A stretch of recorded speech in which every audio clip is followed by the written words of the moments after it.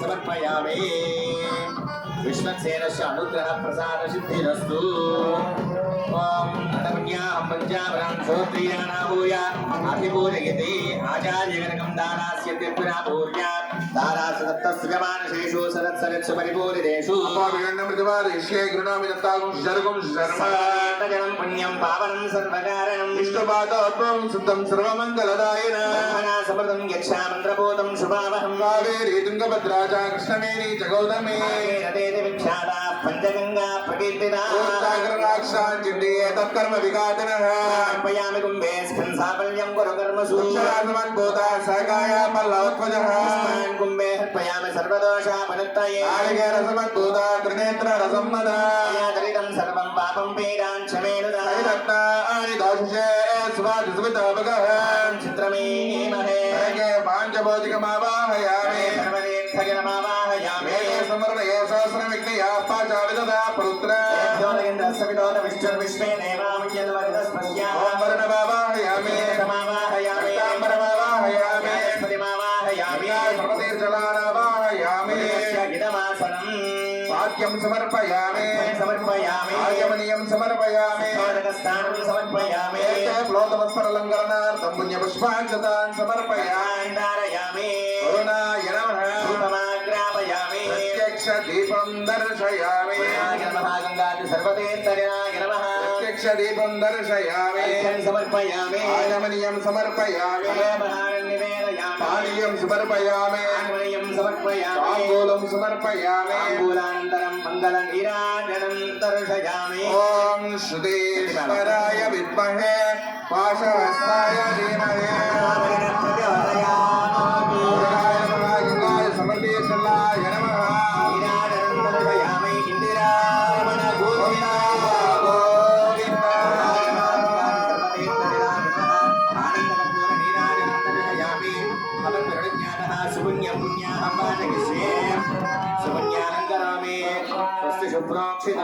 प्रजापतिः प्रियता प्रजापतिः यन्तु घोरानिशां यन्तु पापानिशां यन्तु वर्धन्तां वर्धन्तां शुभानि यन्तु घोरानिशां यन्तु पापानिशां यन्तु गीतगः वर्धन्तां वर्धन्तां शुभानि देवा अवन्तनो यतो विष्णुर्विचक्रमे सप्तदामभिः विचक्रमे त्रेधानसने पदो भागं सरे विचक्रमे विष्णुर्गोपाधाप्यतो धर्माणि धारयन् कर्माणि पश्यतगितो व्रतानि पश्यन्ति जसगा परमं पदकं सदा पश्यन्ति सूर्यः देवचक्षुरादो विभञ्जमो जाग्रमाकं सस्सविन्दते परमं पदो द्रविणहस्वरस्य द्रविणोदाश्ररस्य प्रियं द्रविणोदा वीरवदेवशन्ना द्रविणोदारासदे दीर्घमायुः पश्चाता सविता पुरस्ता सवितोत्तरात्ता सविता तरात्ता सर्वदा जं सवितानो रासतां दीर्घमायुः भवति जायमानोक्तां केतुर्षसामेत्युग्रे देवेभ्यो विददात्यायन् प्रतन्द्रमा स्थिरज दीर्घमायुः विद्योद्भरन्ति मे अभ्याकाम्यानि सुजात प्रोवसेन्द्र दीर्घमायुः शरदा वर्धमानशतं हे मन्तां शतमवसन्तान्द्राग्ने सविता बृहस्पति सदायुषादिशे पुनर्दुः सौम्याश्चदश्चो देवी रजनाश्रविष्टे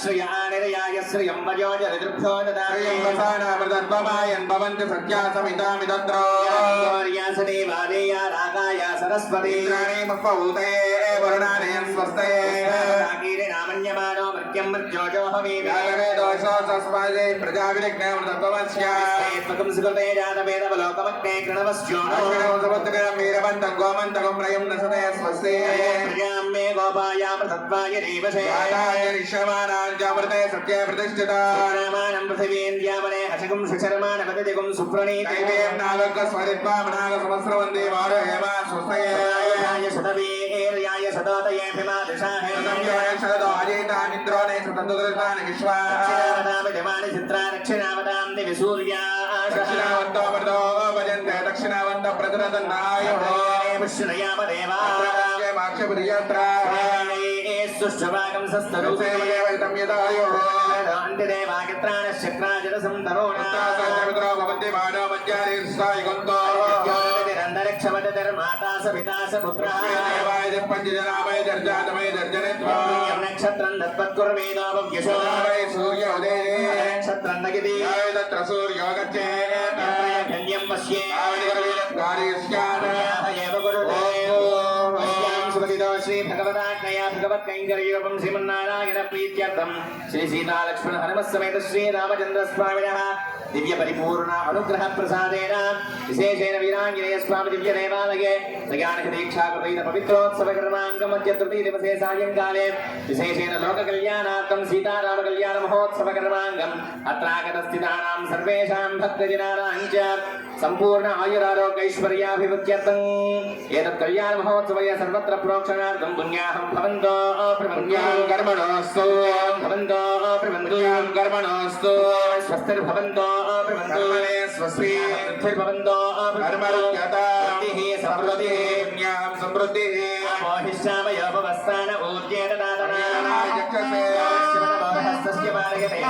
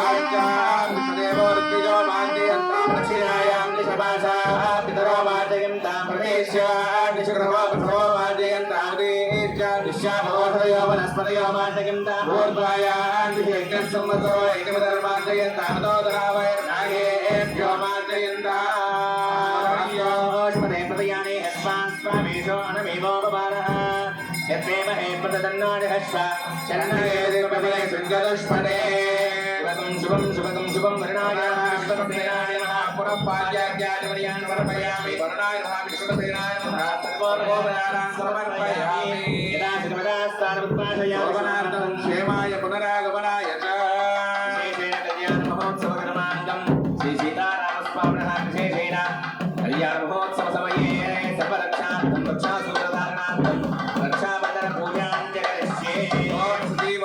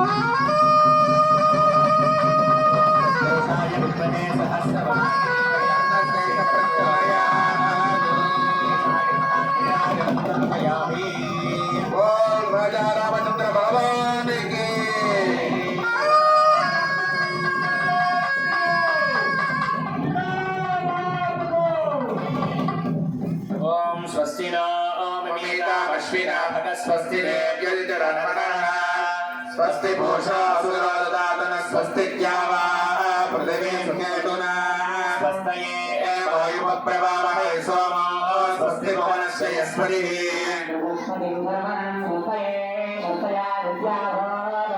विश्वे देवानो अद्य स्वस्तये देवा अवन्तु भव स्वस्तये स्वस्ति मित्रावरणा स्वस्ति मध्ये रेवती स्वस्ति పరిపన్నామదుకరేమ సూర్యాచంద్రమసా వినా స్వస్తికి నందాక్షమరిష్మనేమి మహద్భూతం వాయుసం దేవతానాం అంభోజమాంగిర సంగయం యస్వస్యాత్రేయం మనసా చటాక్షో శుభం శుభం శుభగం శుభం శేషాయ నమః సర్వోపచారాన్ సమర్పయామి. వాక్యం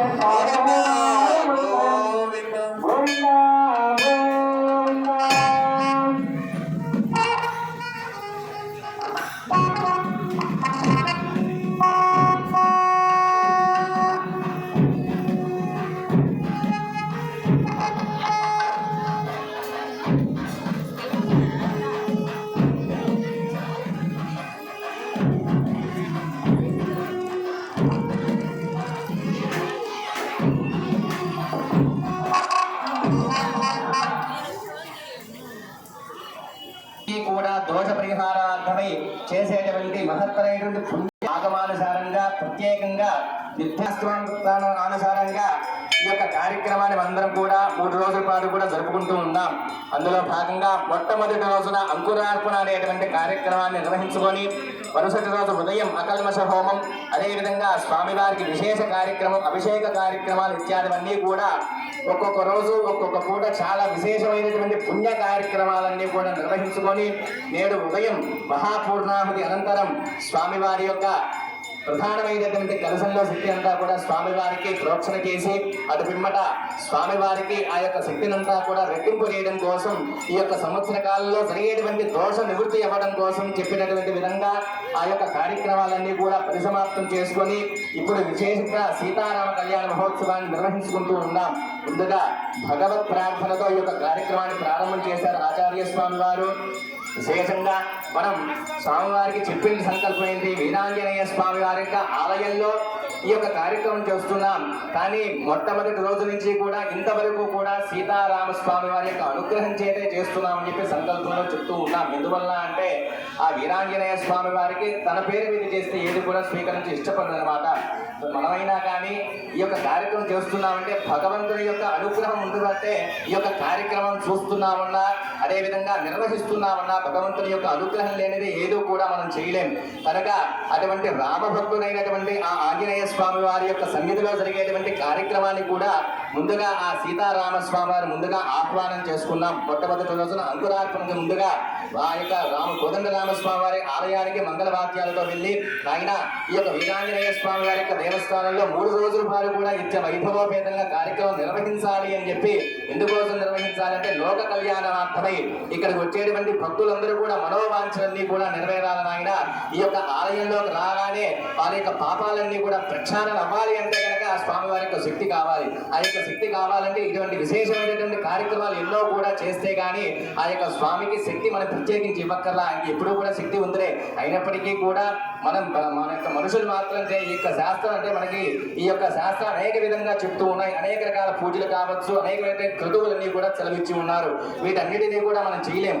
వాటిలో కొన్ని సాధ్యమైనటువంటి కార్యక్రమాలు భగవంతుని మనకి శక్త్యానుసారంగా చేసినచో ఆ యొక్క భగవంతుడు సంతృప్తి చెంది మన యొక్క మనోభీష్టాలన్నీ కూడా నెరవేరుస్తారని చెప్పి అనేక విధాలుగా మనకు శాస్త్రాలు తెలుపుతున్నాయి. కనుక ఈ యొక్క వైభవపేతంగా నిర్వహించేటువంటి కార్యక్రమంలో మొట్టమొదటి రోజున స్వామివారి యొక్క అనుజ్ఞ తీసుకొని ఈ యొక్క కార్యక్రమాలన్నీ కూడా ప్రారంభం చేసుకొని ఇంతవరకు కూడా ఎటువంటి విఘ్నాలు కూడా లేకుండా ఈ యొక్క కార్యక్రమాలను జరిపించాలని చెప్పి ముందుగా ప్రార్థించి ఈ యొక్క కార్యక్రమాలన్నీ ముగించుకొని ఈ రోజు ఉదయం కూడా మహాపూర్ణాహుతితో కార్యక్రమం పరిసమాప్తం చేసుకున్నాం.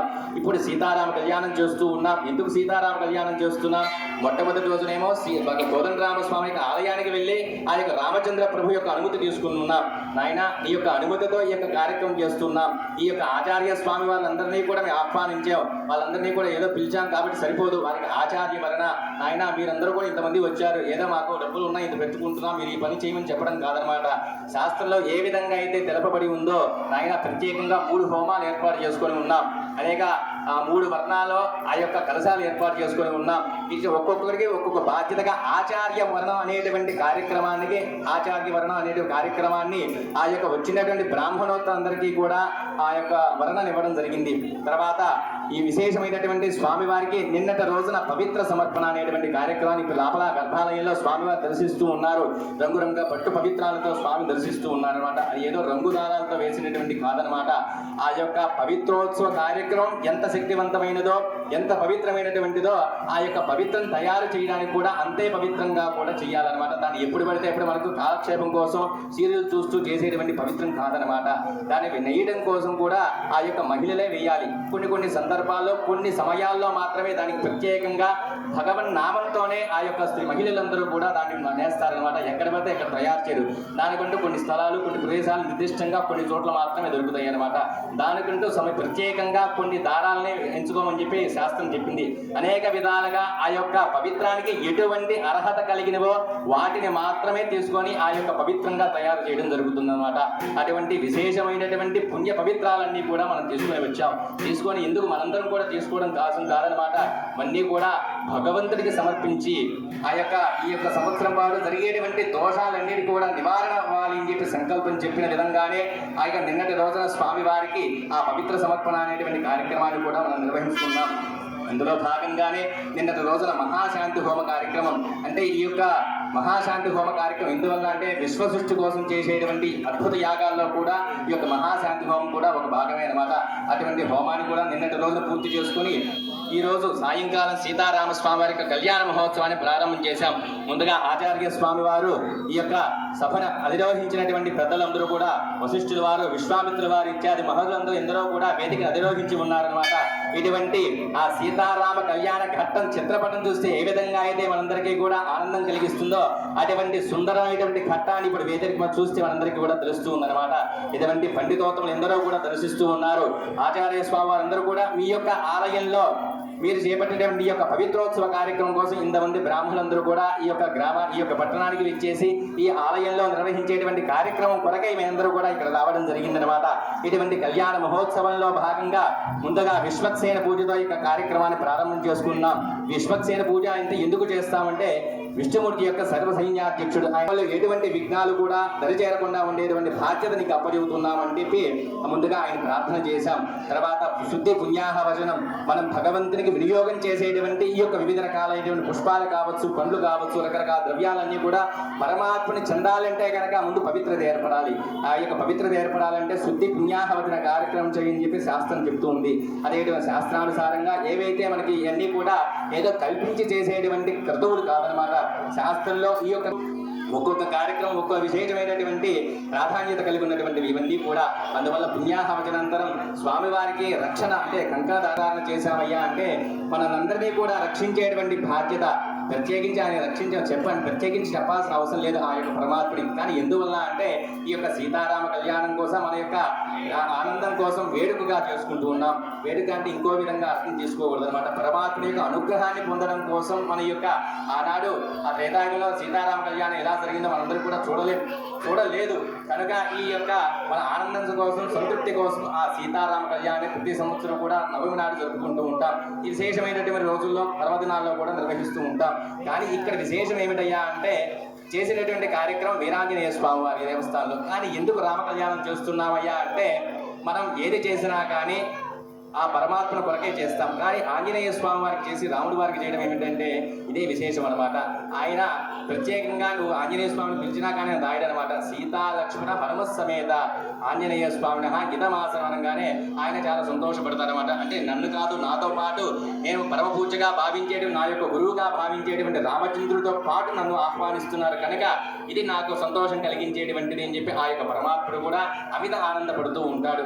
సుందరకాండలో కూడా చాలా విశేషంగా ఆంజనేయ స్వామి వారి గురించి తెలిపినప్పటికీ కూడా దాంట్లో మొట్టమొదటి నుంచి కూడా చివరి వరకు కూడా ఆ ఆంజనేయ స్వామి ప్రస్తావన వచ్చినప్పుడు కూడా ఏమని చెబుతాడయ్యా అంటే ఇది నా గొప్ప కాదు, నేను రామభక్తుడైనటువంటి పవనసుతుడిని హనుమాన్ అని చెప్పి చెబుతాడే తప్ప ఇది నా కీర్తి కోసం నా గొప్ప కోసం ఈ యొక్క సుందరకాండ కాదని చెప్పి అనేక విధాలుగా పరిపరి విధాలుగా సుందరకాండలో కూడా తెలియజేశారు అనమాట.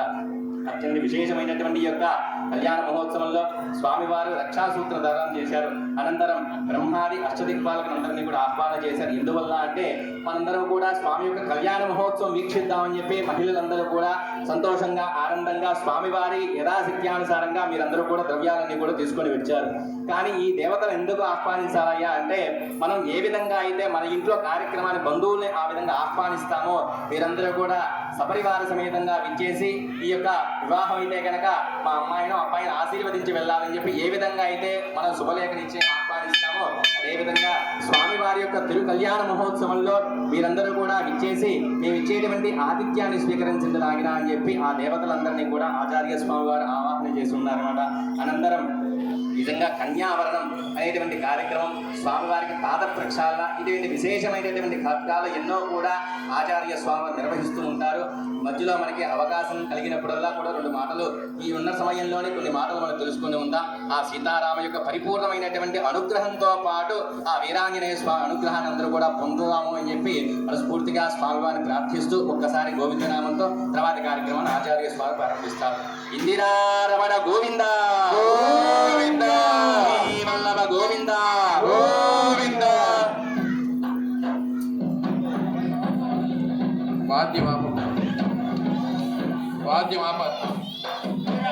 విశేషంగా స్వామివారి యొక్క కళ్యాణ మహోత్సవంలో చిన్నపిల్లలు ఇప్పుడే కూడా నేర్చుకుంటున్నటువంటి భరతనాట్యం నేర్చుకుంటున్న పిల్లలందరూ కూడా స్వామివారి యొక్క సన్నిధిలో నాట్యం చేయాలని చెప్పి వారి యొక్క గురువు సమక్షంలో ఇంతవరకు కూడా ఆరంభంలో 2 కీర్తనలకి నాట్యం చేశారు. ఇప్పుడు మరి యొక్క కీర్తనకి పిల్లలందరూ కూడా నాట్యం చేస్తారని చెప్పి